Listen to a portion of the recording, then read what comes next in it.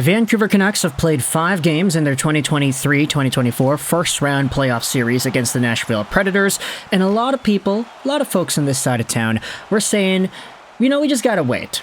Because the biggest, most paid star on the team, who hasn't been paid yet, but who is going to get paid soon, Elias Pettersson, is in a spot where, heading towards the end of the regular season, his play started to trail off. And this has been a pretty big thing over the past few weeks, especially heading into the postseason, where a lot of Canucks fans were sort of concerned about the lack of dynamism in his game. We know what Elias Pettersson is when he is at his absolute best. He is a franchise-altering superstar, a threat who can dangle the pants off of you, who can take a blistering one-timer, who can snipe it up high, who can look really good while doing so, and who might fall down once in a while in that process because he's not the most sturdy guy on his feet, but who will always give you something out of his hat. A magic man. Think discount Pavel Datsyuk without the hardware just yet. Elias Pettersson is going to be paid $11.6 million a year for a reason, and heading into the playoffs, a lot of fans were kind of concerned. Okay, is this guy, hurt? Is he at 100%? Because he hasn't really been as effective. He's been sort of easier to knock off the puck. He hasn't been as assertive. He hasn't been shooting, which had a lot of people kind of worried. But once the playoffs begins, that's when things are going to change, right? Because last time Pettersson was in the postseason, the 2020 bubble playoffs, he had 18 points in 17 games played. Now, I've made the excuse for Pettersson in the past saying that, the playoffs in 2020 was a little bit different because there were no fans, no pressure, no really big workload heading into it too. But we'll jump back to that point a little bit later in the video here. Elias Pettersson in this year's postseason so far against the Nashville Predators has 2 assists in the 5 games that he has played. Now sure, you could say that that's not terrible. It's certainly not, he has assists. But the dynamism, the X factor, it has not been there for Petey, and this was talked about even further on different radio shows. Earlier this morning, you had Craig Button on Donnie and Dolly talking about how Pettersson has been terrible. That's the word that he uses. He also talked about Mitch Marner in that same conversation and how Marner has definitely not been as good either. You then had the guys on Sportsnet 650 and Donnie and Dolly on the collaboration talking about how they wouldn't be surprised if Elias Pettersson was injured. That was a comment brought up in response to the idea of Pettersson not really engaging in as much physicality as we have seen him in the past. There was a play that Don Taylor was talking about from yesterday's game where the puck was kind of chipped into a loose area, and Pettersson kind of had the opportunity to skate into it, take some contact, and come away with the puck. But instead of doing that, he straight up said, nah, sorry, I'm just gonna hang out here, I'm not gonna engage in that physical contact. So this conversation has slowly crept back into the forefront here, and it was exemplified even further yesterday when Rick Tocchet, post-game, said that the Pettersson line was fine. He didn't go out there and talk anything else, he just said, they're fine. And honestly, kind of props to the media for not really prying down too hard on this, trying to get your quotes and trying to get your scoops, because we know that there is a sort of boundary between the hockey team and the media when it comes to playoff scenarios. If Pettersson is hurt, quote unquote, we probably won't find out about that until once the season is over, and even then so, it's like, he's playing like a shell of his former self, so if we acknowledge that he is injured, it wouldn't be too surprising. Now, heading back over to the postseason in the past, I wanted to relate this idea one more time because we did talk about this in a video a few days ago. One of the things that I've noticed about Elias Pettersson is that he always starts out his seasons really well. He gets off guns a-blazing, pace a-going, he is good at the beginning of seasons, and we saw that this year when he was the top points producer in the entire NHL. All the gosh darn points in the world were belonging to Elias Pettersson. He was the number 1 player, he was tied with Miller and Hughes for first in the league in points, the Canucks were the best team in the league, and Pettersson was really good. He was playing like that $11.6 million player. This also has been a pattern we have seen every single season pretty much, where he starts out the year hot. In his very first season in the NHL, he had, 10 goals in 10 games, whatever it was? That was crazy.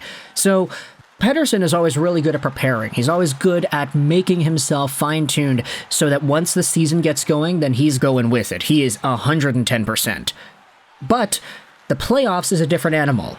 Because at the end of an 82-game schedule, where you're grueling, you're playing, you're getting grinded down to the bone, you all of a sudden have the most physical, intense hockey in front of you with about 3 days worth of a break. Pettersson has had no experience with that before, because in prior seasons he has never played 82 games, in prior seasons after playing 80 games he has not played in the playoffs, and in the season where he started out his 2020 production, where he was over a point per game in the 2020 bubble, that was after like a 6-month break. The NHL stopped in March, and then they continued by the time the end of the year rolled around. So that was almost like a second off-season, quote-unquote, if you really wanted to stretch it. There was time for Pettersson to recover and fine-tune himself once more heading into that postseason. Now, in that Nashville series, the players have not had that time off. So this is going to be a huge adjustment in being able to say, okay, we just played 82 games of a long schedule, we're traveling everywhere, I'm getting bruised up towards the end of it, and now we're in the playoffs, back and forth to Nashville. This is something that Pettersson has not dealt with before. And when it comes to the magnitude as to how poorly he's been playing, this is what Thomas Drance went out there and said, a paraphrase from Buck Foston.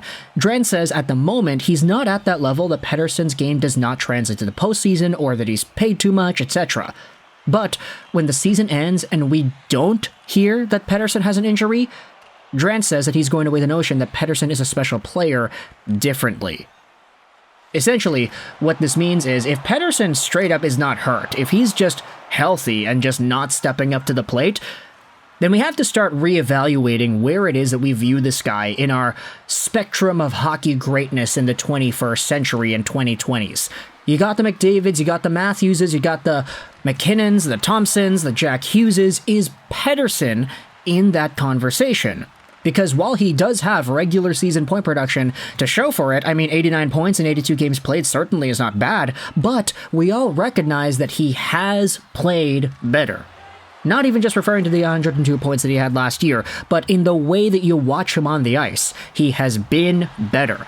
And this season was admittedly a pretty down one outside of the opening periods or months of the season and January. Everything in between those two stints has been mediocre, and now it's to the point that even Rick Dhaliwal asks on the Sportsnet collaboration, people have been texting into their inbox saying, hey, if Pettersson is not doing much on the power play, why is he on the power play? Like, the guy doesn't shoot, the guy passes it pretty well, but really, I mean, it doesn't take a genius to pass it to Quinn Hughes when he's open. So when it comes to Petey, the way he has really dropped off, and Craig Button said he was terrible, the way Pettersson has dropped off has got us thinking he has to be hurt. Something has to go down. And if it is hurt, like he actually is injured for sure, then why did he play in the last game of the season against the Winnipeg Jets? You got Besser, Miller, a whole bunch of other guys who took the game off. Why didn't Pettersson do that? If he's been healthy the entire time, and we learn that he's been healthy, then it starts to beg the question, okay, is this guy really as good as we say he is? Pettersson is 25 years old. He'll be 26 by the time 2024-2025 season begins. And while we recognize that there is still a little bit of room to grow here, we kind of acknowledge that this is more or less what Elias Pettersson is. A dangly, versatile, two-way capable forward that, when he's at his best, is an absolute showstopper, game-breaking, X-Factor player. The respect that opposing players have towards JT Miller, like you see they're all crawling towards him to block shots and take away his passing lanes and everything, Pettersson has sort of lost that respect, I feel. And even though he's getting a few more looks, he doesn't use them, which is very intriguing because it says to me, and it says to a lot of other fans, that something has to be wrong with this guy. So let me know your thoughts in the comment section below about Elias Pettersson, and what do you think is going on with this dude? What are your thoughts about the conversations that were held about him on different Vancouver radio talk shows? And do you think that something has to be up with EP40 if he's playing like this and we're not hearing anything about him being hurt or anything? Rick Tocchet is not saying anything, which you could acknowledge why he's doing that. But for Pettersson, from the regular season up until now, nothing has really changed. He's still lackluster. So let me know your thoughts in the comment section below about the way he has played so far. I hope you enjoyed this video. 9, and bye.